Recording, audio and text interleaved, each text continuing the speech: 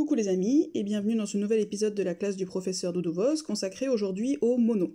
Alors à titre de préambule, je vais rappeler, et pour éviter comme jette des pierres, je vais rappeler ce que j'ai déjà dit dans mes précédentes vidéos, qui vaut d'ailleurs pour toutes mes vidéos, à savoir que ça reste que mon avis, qui vaut ce qui vaut. Mais c'est vrai que moi je suis une grande joueuse de mono, alors je sais bien que c'est pas partagé par tout le monde, mais voilà, je voulais vous expliquer du coup l'intérêt pour moi du mono, pourquoi je joue comme ça, est-ce que je joue vraiment toujours comme ça ou pas, bref, voilà, je pensais que ça peut être intéressant, et vous montrer également comment sont composés mes monos et pourquoi, et vous montrer du coup leurs forces et leurs faiblesses, parce que ça peut être intéressant aussi de voir comment composer une équipe de mono. Alors d'abord, pourquoi, qu'est-ce que c'est que le mono? Première question, j'ai envie de dire assez basique, c'est tout simplement de prendre une équipe composée exclusivement de héros de la même couleur. Alors vous allez me dire pourquoi faire ça, puisque par définition on a des tuiles de 5 couleurs, donc ça veut dire que si on n'a pas les héros de la couleur de certaines tuiles, les tuiles en question vont faire 0 de dégâts et je vais pas charger de mana. Donc quel est l'intérêt en fait du mono?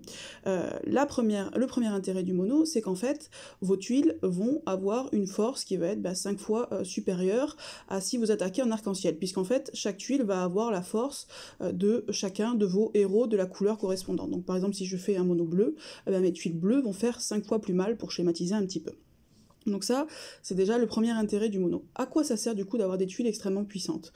Ça va servir à plusieurs choses que je trouve particulièrement utile. La première chose, c'est que ça va vous permettre en fait de dégager rapidement des héros. Et notamment, par exemple, si vous attaquez en fort contre le tank, du coup, en mono, moi mes monos sont vraiment pas extraordinaires, ils sont pas très gros, malgré tout, avec mes monos, il me suffit en général de 3 ou plutôt 4 tuiles pour pouvoir dégager le tank si je suis en fort contre lui. Donc ça, c'est hyper pratique. Pourquoi? Parce qu'en fait, si je dégage le tank, déjà ça veut dire que je vais avoir un héros en moins qui va pouvoir me taper, que ce soit des attaques classiques ou qui va pouvoir me lancer sa CS. Donc du coup je vais prendre moins de dégâts, et ça va me permettre également de créer un trou dans lequel je vais pouvoir faire deux choses, c'est que je vais pouvoir d'une part charger mes CS dans le vide en envoyant les tuiles de la bonne couleur, et donc du coup pouvoir charger mes CS 2 fois plus vite, et d'autre part si j'ai pas les tuiles de la bonne couleur sur mon plateau, ça va me permettre en fait justement de travailler mon puzzle en envoyant un maximum de tuiles dans le vide, pour éviter en fait de charger le mana des 4 autres adversaires qui restent. Et ça vaut pour tout le raid, puisque au fur et à mesure en fait du raid, vous allez pouvoir, grâce notamment à vos tuiles, pas que évidemment, mais la force de vos tuiles va vous permettre de dégager rapidement des héros, de vous faire de la place, et du coup de pouvoir travailler votre puzzle, envoyer des tuiles dans le vide pour charger rapidement vos CS, et ça va vous permettre aussi de prendre moins de dégâts. Par exemple, si on affronte une Telluria, on est bien content de la dégager rapidement, ça évite de prendre sa CS dans la tête, alors bon, même si maintenant elle est un peu moins embêtante forcément, mais ça évite par exemple de prendre une baisse de génération de mana dans la tête. Donc ça c'est plutôt utile. Quel est l'autre intérêt du mono? L'autre intérêt du mono, à mon sens, c'est que lorsque vous allez envoyer des tuiles de la bonne couleur, en fait le mana de vos héros, de vos 5 héros, vu qu'ils sont tous de la même couleur, va monter en même temps. Donc ça va vous permettre en fait d'avoir des CS qui vont pouvoir se synchroniser. D'accord? C'est-à-dire que vous allez avoir quasiment, alors évidemment vos héros peuvent avoir des vitesses différentes de mana, bien sûr, mais en tout cas tous vos héros vont charger en même temps, et donc vous allez pouvoir du coup créer un effet de synchronisation entre vos CS et de synergie entre vos CS. Par exemple, vous allez pouvoir lancer, je sais pas, un boost d'attaque avec un casse-défense, et puis bim, après vous envoyez un cogneur. Et tout ça en même temps, ce que vous ne pouvez pas faire si vous avez, en tout cas plus difficilement faire, si vous attaquez en arc-en-ciel, puisque du coup, vos CS ne vont pas charger en même temps, le mana de tous vos héros vont charger au fur et à mesure de l'envoi des différentes couleurs, alors que là, une seule couleur vous permet de charger tous vos héros. Autre intérêt également, c'est que du coup, comme les mêmes tuiles permettent de charger le mana de tous vos héros, vous allez avoir besoin de beaucoup moins de tuiles pour charger vos CS. Par exemple, si vous attaquez en arc-en-ciel, admettons même que vous n'ayez que des rapides dans votre équipe, il va vous falloir 8 tuiles par héros, donc 40 tuiles au total, pour pouvoir charger les CS de l'ensemble de vos héros. Si vous attaquez en mono, et admettons donc toujours prenons le même exemple que vous n'ayez que des rapides, il va vous falloir seulement 8 tuiles pour charger les CS de tous vos héros. Donc 8 tuiles, ça veut dire quoi? Enfin 8 tuiles par rapport à 40, ça veut dire quoi? Ça veut dire que vous allez charger beaucoup moins, déjà vous allez déclencher vos CS plus rapidement, et vous allez charger beaucoup moins surtout le mana des héros adverses, et donc vous allez vous prendre beaucoup moins de CS dans la tronche. Donc tout ça pour vous dire que ça, pour moi, c'est les deux principaux intérêts du mono, à savoir avoir une force de tuiles décuplée, qui vous permet du coup de rapidement dégager des héros adverses et de faire des dégâts, Parce que, admettons, je prends un exemple aussi qui peut arriver en raid, il vous reste plus qu'un soigneur à la fin. Bon, c'est sympa, mais si vos tuiles font 0 dégâts, votre soigneur, à la fin, il pourra jamais terminer le raid, en fait. Il ne pourra que vous se soigner jusqu'à mourir à petit feu, mais vous ne pourrez plus attaquer, en fait, si vos tuiles ne font pas de dégâts. Alors que parfois, moi, ça m'est arrivé d'avoir, c'est un peu plus compliqué, évidemment, mais ça m'est arrivé d'avoir, par exemple, plus qu'un soigneur à la fin, malgré tout, comme même les héros morts conservent, en fait, enfin, continuent de donner de la force aux tuiles, vous pouvez continuer à tuer des héros adverses uniquement avec les tuiles. Donc ça, c'est utile aussi, puisque quelque part, en fait, quand vos héros meurent, certes, ils ne font plus de CS, mais ils continuent à garder une utilité importante, puisqu'ils continuent à donner de la force à vos tuiles. Donc quelque part, du coup, ça vous permet aussi de compenser la mort de vos héros. Donc ça aussi, c'est très intéressant. Donc ça, c'est le premier avantage. Le deuxième avantage, donc, comme je vous l'ai dit, c'est au niveau notamment du mana, donc besoin de beaucoup moins de tuiles pour charger, et une vraie synchronisation entre vos héros au niveau du mana, ce qui permet de créer une véritable synergie.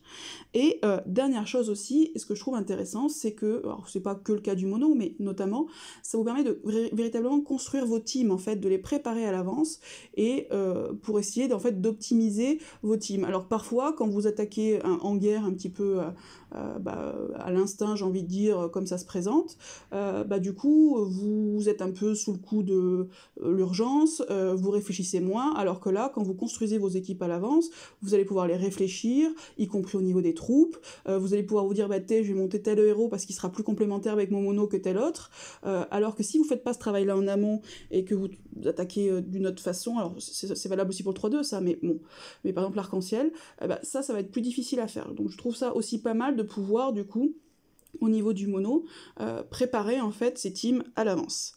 Bon, après, faut quand même aussi être un petit peu honnête, il y a aussi un certain nombre d'inconvénients, bien évidemment, au mono. Le principal, alors c'est là aussi où je suis pas d'accord, c'est qu'on me dit toujours que le mono est sensible au puzzle. Bien sûr que le mono est sensible au puzzle, mais en réalité, toutes les attaques, sous quelque forme que ce soit de l'arc-en-ciel, que ce soit du 3-2, que ce soit du 4-1, ou peu importe, c'est sensible au puzzle, pour la simple et bonne raison que dans ce jeu, dans Empire & Puzzle, le RNG est très important. Donc même si vous attaquez en 3-2, si vous avez pas, si par exemple vous avez que des tuiles de 2, ou très peu de tuiles de 2 qui sont à côté, ou voilà, ça aussi ça va être sensible au puzzle. Même en arc-en-ciel, alors ça dans l'arc-en-ciel, toutes vos tuiles vont vous permettre de charger vos CS, sauf que si vous chargez pas la bonne CS, ou si vous pouvez charger qu'une seule CS et pas les 4 autres, ça va pas être très utile non plus. Donc du coup, tout est sensible au puzzle. Simplement, en mono, vous avez besoin de moins de tuiles pour faire beaucoup plus de dégâts. Donc du coup, certes, c'est sensible au puzzle, mais d'un autre côté, c'est compensé par le fait que vous avez besoin de moins de tuiles pour charger vos CS et pour faire des dégâts. Donc c'est pour ça que je suis pas tout à fait d'accord lorsqu'on dit que c'est sensible au puzzle. Par contre, là où...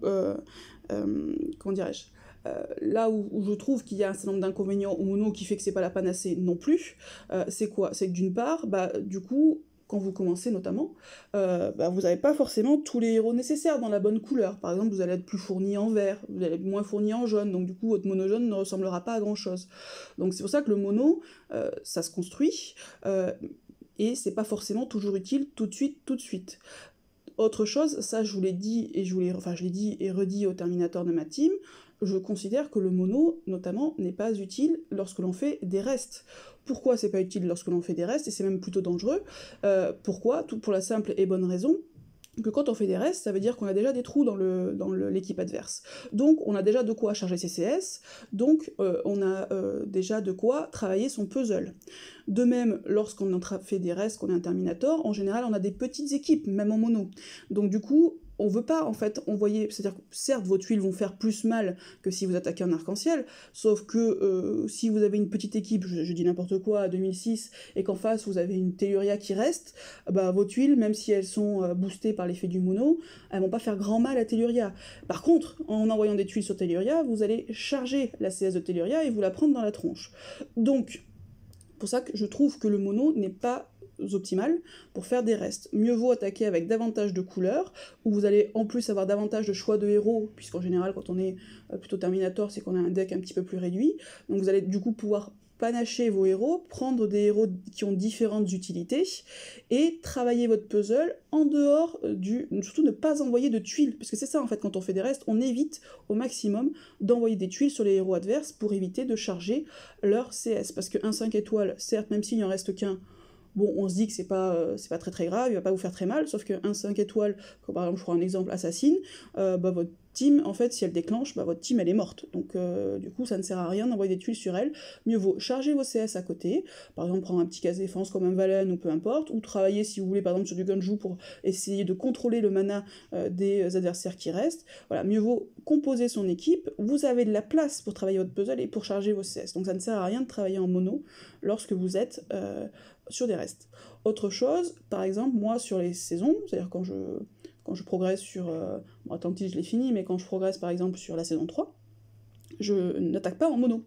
J'attaque personnellement en 3-2. Pourquoi j'attaque en 3-2? Notamment parce que ce que je fais systématiquement, c'est que je prends Proté dans mon équipe pour contrôler un peu le mana, notamment des boss. Donc du coup, j'attaque en 3-2 avec en général un Rigard et Proté, et après je prends 3 héros de la couleur la plus optimale au vu des vagues d'ennemis et des boss. Donc du coup, j'attaque en 3-2. Pourquoi est-ce que ça me paraît viable? Parce qu'en fait, alors sauf certaines attaques spécifiques, sauf certaines étapes spécifiques, du coup, les héros adverses n'ont pas de CS. Donc du coup, vous pouvez envoyer beaucoup plus de tuiles sans vous prendre des CS dans la tronche. Donc c'est pour ça que ça vous permet, en 3-2, même si vos tuiles font moins mal, ça vous permet quand même de charger vos CS sans prendre trop de dégâts. Alors pour l'instant je suis en 3-2, je dis pas que sur la fin de la saison 3 en difficile je serai pas en mono, je sais pas, ça va dépendre. Pour l'instant ça passe comme ça sans trop de difficultés, sans mettre d'objets, mais il n'est pas exclu que je passe au mono si je vois que je suis un peu plus tendu, enfin voilà, c'est un peu plus tendu et que j'ai besoin d'avoir plus de force de tuiles pour pouvoir notamment prendre moins de dégâts, parce que mine de rien les petits monstres sur la saison 3 en difficile ils commencent à faire mal. Si on n'a pas un puzzle correct au début, c'est un peu plus difficile, en tout cas avec mes héros à moi bien sûr.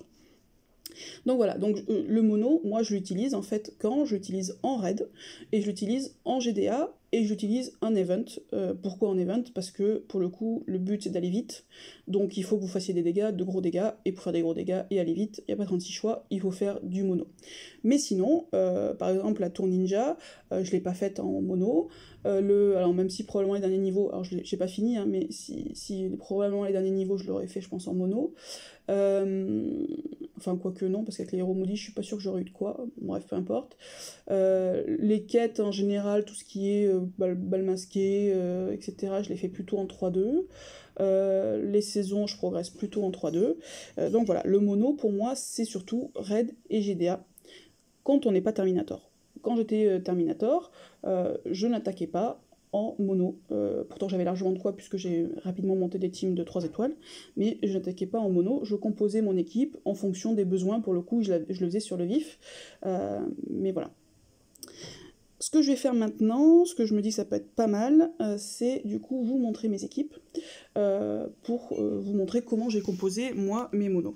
Et pour préciser que, ouais, bon, je vais vous montrer ça, mes équipes sont pas très fortes, hein, c'est pas forcément un exemple à suivre, mais c'est juste moi ce que j'ai fait avec mes moyens, notamment mes moyens de free-to-play, puisque j'ai pas forcément des héros très efficaces. Alors, voyons un peu mes équipes. On va commencer par mon meilleur mono, qui est le mono bleu, que vous voyez là.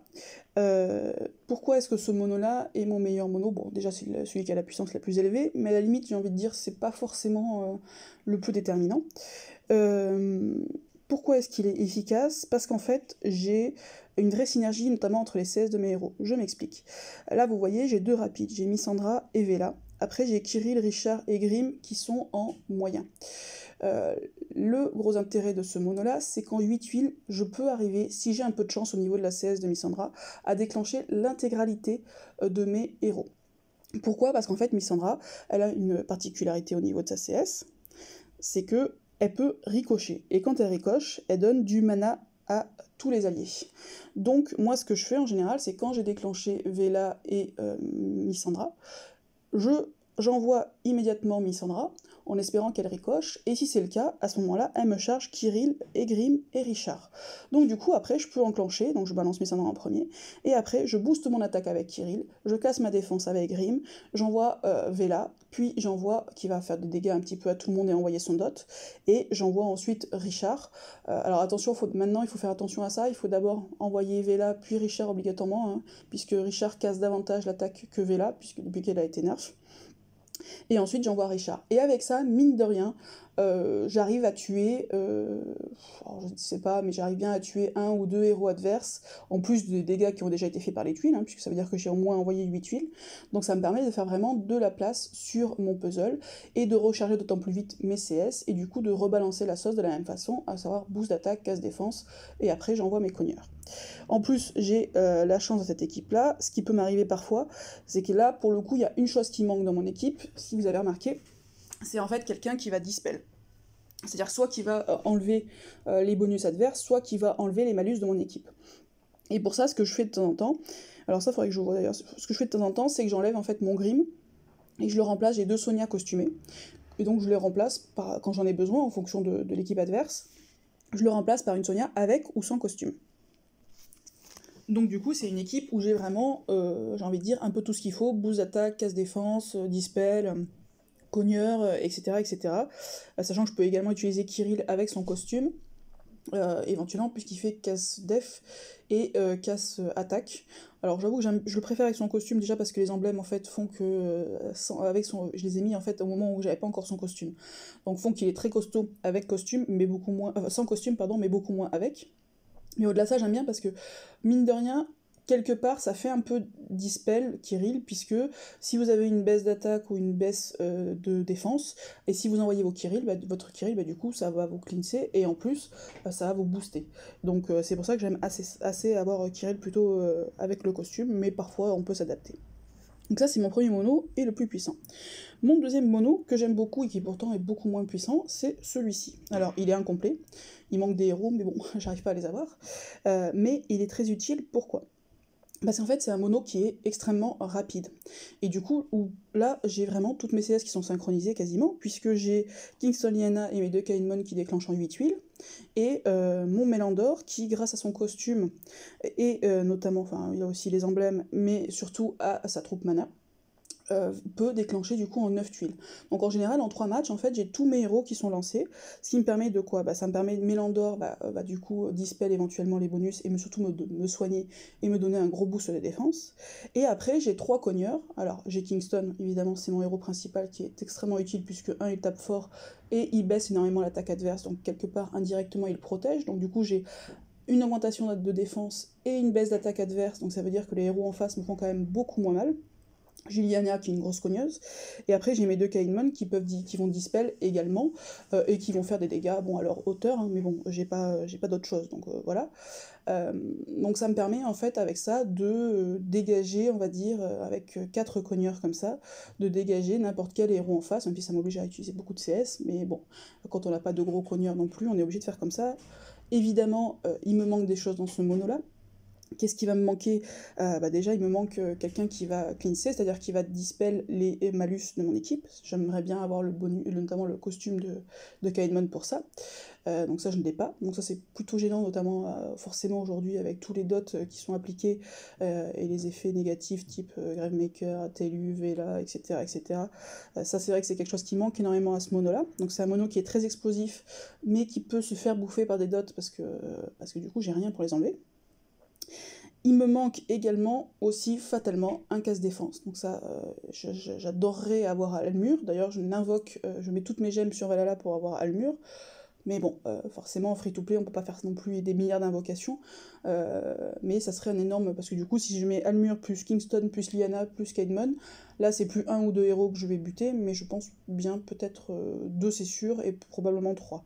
Donc ça serait une énorme gain sur mon mono.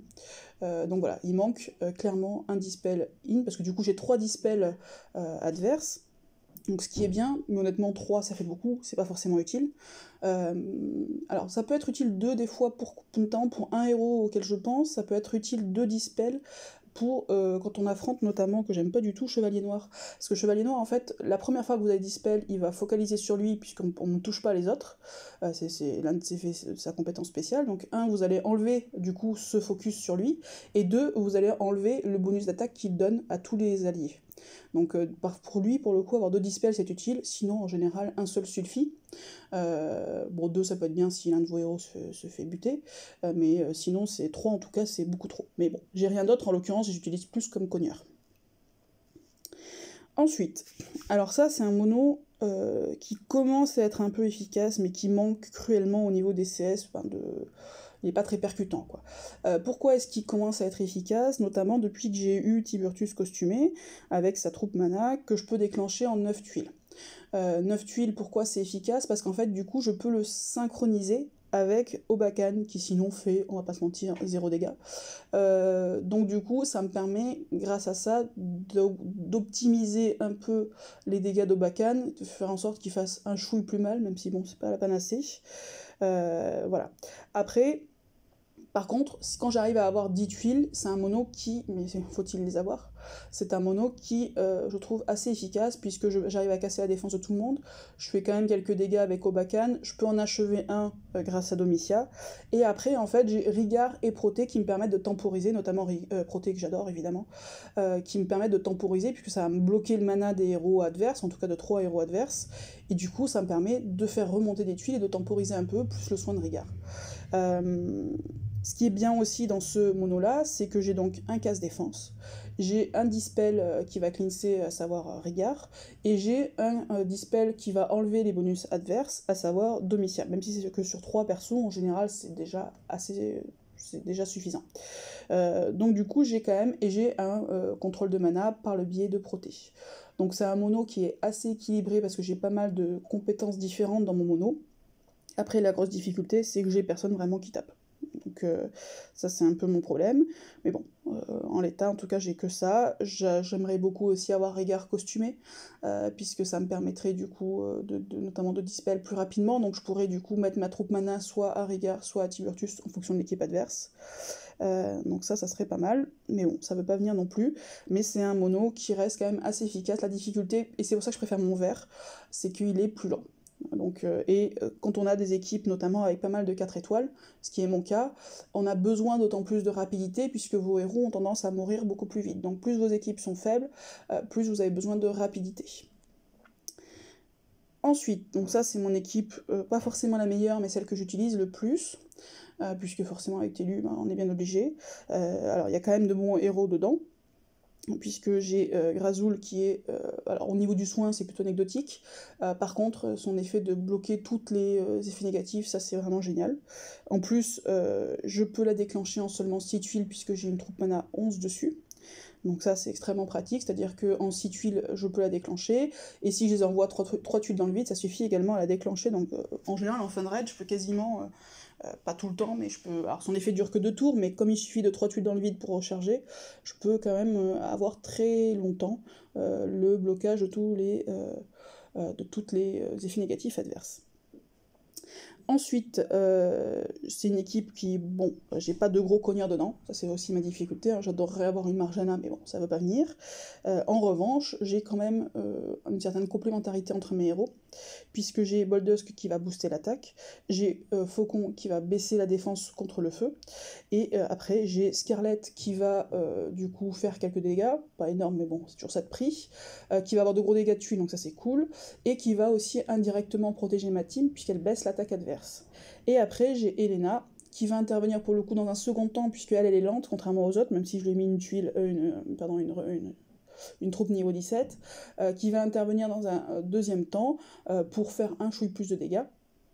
Et surtout, ces dégâts, c'est pas tant des dégâts directs qu'à faire que des dégâts de riposte, où là par contre, contre des ennemis notamment multi-cibles, puisque c'est à la mode, ça je trouve qu'Elena est extrêmement efficace. À la base, j'avoue que j'étais pas hyper emballée par le héros, je l'ai monté parce que bon bah j'avais rien d'autre, mais honnêtement, je trouve quand même qu'elle fait le taf avec la difficulté qu'elle est lente.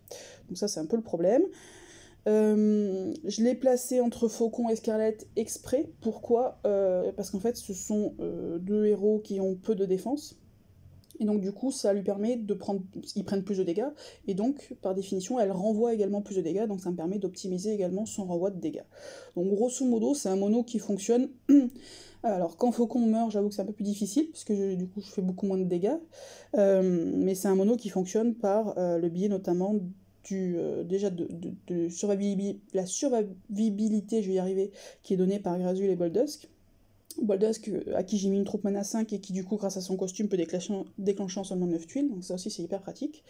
Et après par des dégâts souvent indirects, plus par le biais d'Elena, ou alors par le biais des tuiles, par l'usage faucon plus tuiles, qui fait très mal.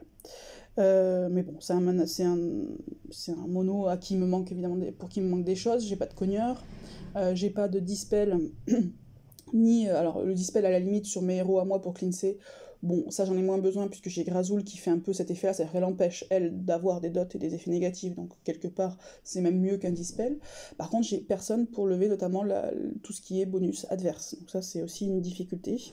Et j'ai cruellement besoin d'un cogneur en fait pour pouvoir rapidement dégager des gens, puisque là, on va pas se mentir, les dégâts, grosso modo, c'est vraiment par les tuiles et par la riposte d'Elena, mais qui intervient forcément que tardivement puisque Elena est lente. Et mon dernier mono, qui est le moins bon, on va pas se mentir, qui est mon mono jaune, même si le fait que j'ai eu Vivica costumée de manière inespérée l'a fortement renforcé. Néanmoins, c'est un mono forcément qui est le moins efficace. Pourquoi? Parce qu'en fait, j'ai vraiment aucun cogneur.